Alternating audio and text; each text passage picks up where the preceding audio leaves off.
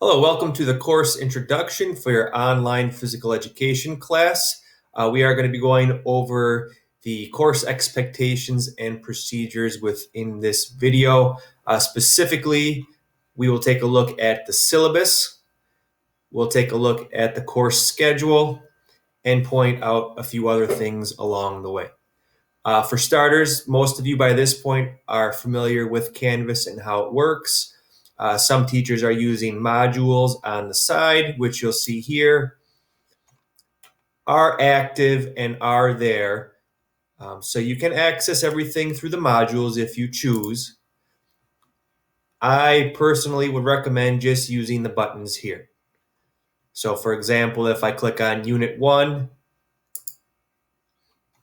this page here is going to give me everything that I need to complete in Unit 1, which we will go over in just a little bit. So for starters, we're going to take a look at the syllabus together.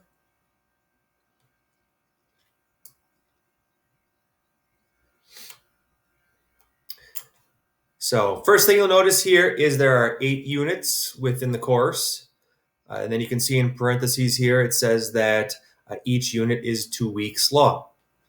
You can take a look at the titles of the units here to get a little bit of an idea of what types of topics will be covered. More importantly, if I come down here, you'll see within each unit, there are these 7 components. And I'll just give a brief explanation of each one of those. The game plan, those are the lesson targets of the unit, what you're expected to come away understanding and being able to demonstrate that you know. Number 2, the lesson. So these are actually Google Slides or PowerPoints, whichever one you want to call them. But these have the content and the information for that unit. So if, for example, we were looking at the lessons for Unit 4 here, there would be a handful of PowerPoints related to that topic. Sprint, all right, so these are not recommended. This is kind of just knowledge enrichment opportunities. These are additional website links that are related to the topics within the unit. And if you want to go check them out, by all means, go for it. Number 4, team huddles or class discussions. We should be used to submitting class discussions now in Canvas, I would assume. We'll go over the expectations for the team huddles in a different video, so make sure you check that one out. Assignments. There are potentially 1 or 2 assignments within each unit. Could be related to the topic of that unit, or it could be something like checking on goals and seeing where we stand with those. There is a quiz within each unit. So we take a look at the PowerPoints or the Google Slides that has the content and information in them. And these quizzes are based directly from those slides. Okay, so be sure to check out those lessons before starting your quiz. And then 7 here, this is the most important aspect of the class. So this fitness log is your evidence of physical activity. Physical activity is required for any physical education class. So you must complete this if you want to get credit for the class. And then you can see here, anything with the asterisk will be submitted for a grade. So the huddles, the assignments, the quizzes, and the fitness logs will all be graded. Exercise requirements. So this is a big question we get about the course all the time. And you'll see here you are required to complete a minimum of 4 hours per week of physical fitness activities, and those should be over 5 different days. All right, so we don't want to see you exercise for 2 days on Monday, exercise for 2 days on Tuesday, and then the rest of the week you're just resting or not doing much activity at all. All right, that doesn't make a whole lot of sense. We want to spread that out throughout the course of the week. So 4 hours over 5 days. Your workouts must include elements of cardio, strength training, and flexibility. We will get into logging your heart rates periodically throughout your workouts and logging that, but more direction on that will come to follow. Assignments and grading. There will be, or shortly after this, I should say, we're going to take a look at the course schedule, which lays everything out for you for the entire semester, which is really nice. So some important notes here. Late work, right? So bullet points here. If you want to submit something late, you need to communicate with your teacher. So within 3 days of that due date that you missed, you need to contact the teacher and let us know what your plan is, or we come up with a plan together to get that late work in. All right, you can't just submit something a week late and have that count for credit without even communicating about it. Bullet point number 2 here, super important. After 5 late work assignments in any semester, if you submit any more late assignments after that 5th one, the highest mark you can potentially earn is a 3.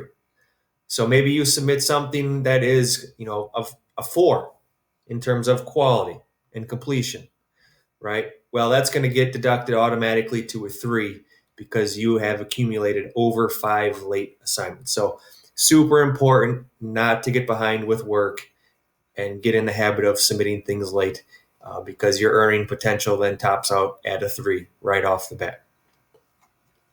Other things to think about for this class. So you might think that, okay, online PE, maybe this is a little bit easier than a face-to-face class. Not necessarily the case. Face-to-face class, it's in your schedule. You show up to class, the teacher's there. There's a lesson that the teacher has prepared for you, and the activity is all planned out by the teacher for you. This now kind of falls into your lap on when you're going to do your activity, what type of activities you're going to do. So there's a little bit more of an added responsibility with this class that you need to keep in mind. So that is going to be the huge one.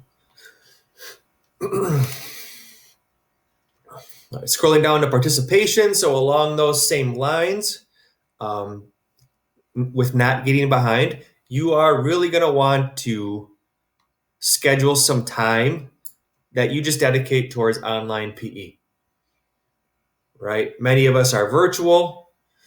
Some of us are in class and have study halls. So maybe it's a time in between classes. It's when you have a study hall scheduled, once or twice or 3 times a week on certain days, certain times is when I'm going to dedicate to my online PE, right? Because if you don't have that in your schedule per se, you're going to fall into some trouble then. And then the rest of this, I'll let you read for yourself. Some technology requirements where if you have a Chromebook, right, issued from the school, you should be good to go, right? I would just say with that, if you have any questions or tech issues, shoot us an email and we'll do our best to help you. And obviously we have our tech desk, our techno group that can help us out as well.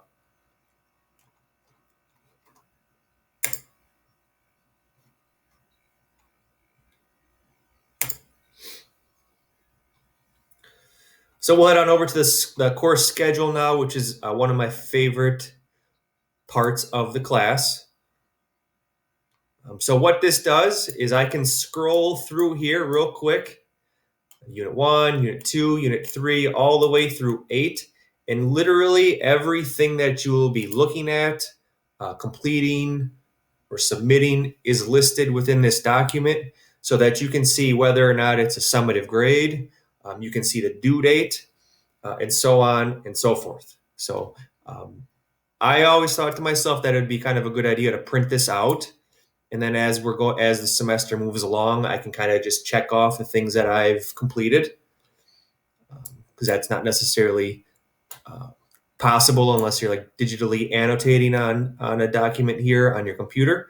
But that's just a piece of advice from me.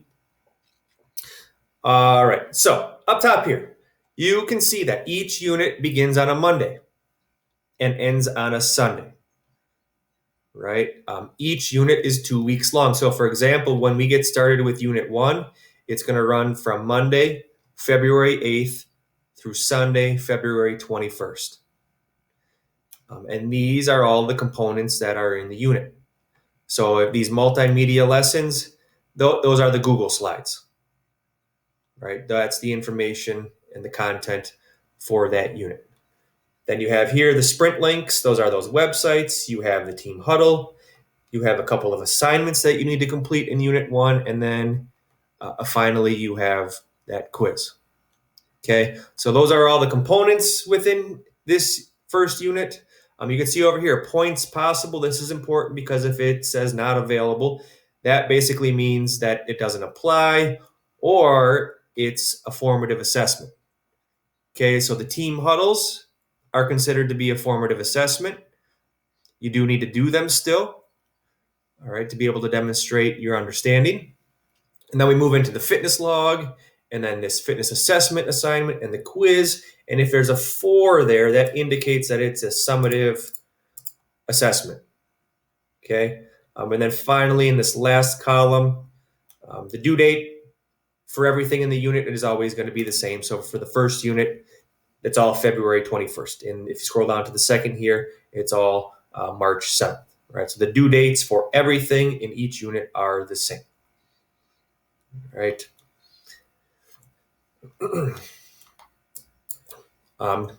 Briefly looking at the course introduction here, what you'll be doing within the first week. You have a number of bullet points here. Okay, review the course syllabus. We're technically doing that together right now in this video. Go through it again on your own. Review the course schedule. Same thing. Take a look at all of the tutorial videos. And then finally, to kind of prove that you have done these things, you're going to submit the course introduction quiz, which must be submitted by this date. And then you're also going to complete the course contract, completed by the same date here. Okay.